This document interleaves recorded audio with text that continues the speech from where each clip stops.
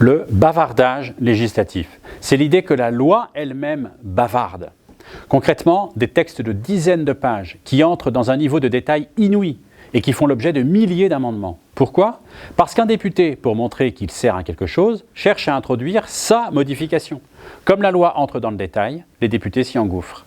Mais au bout du compte, toutes ces modifications ne changent pas fondamentalement le texte initial. La réalité, c'est que le gouvernement n'attend pas des parlementaires qu'ils améliorent son texte.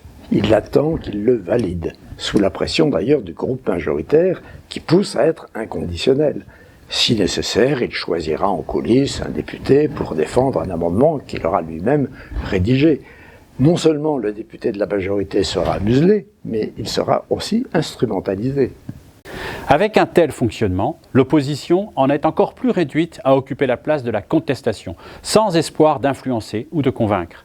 Cela peut devenir de l'obstruction pure et simple, multiplier les prises de parole pour faire prendre du retard, jusqu'à empêcher l'adoption d'un texte à l'usure.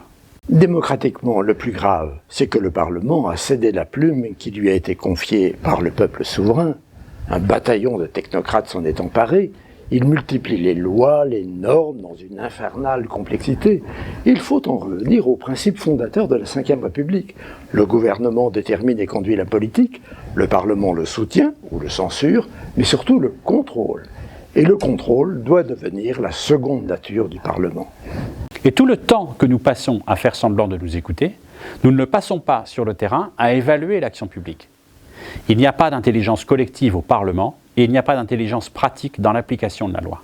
Bien écrire la loi est un art, c'est un savoir-faire, et cela s'appelle la légistique. Voici quelques exemples.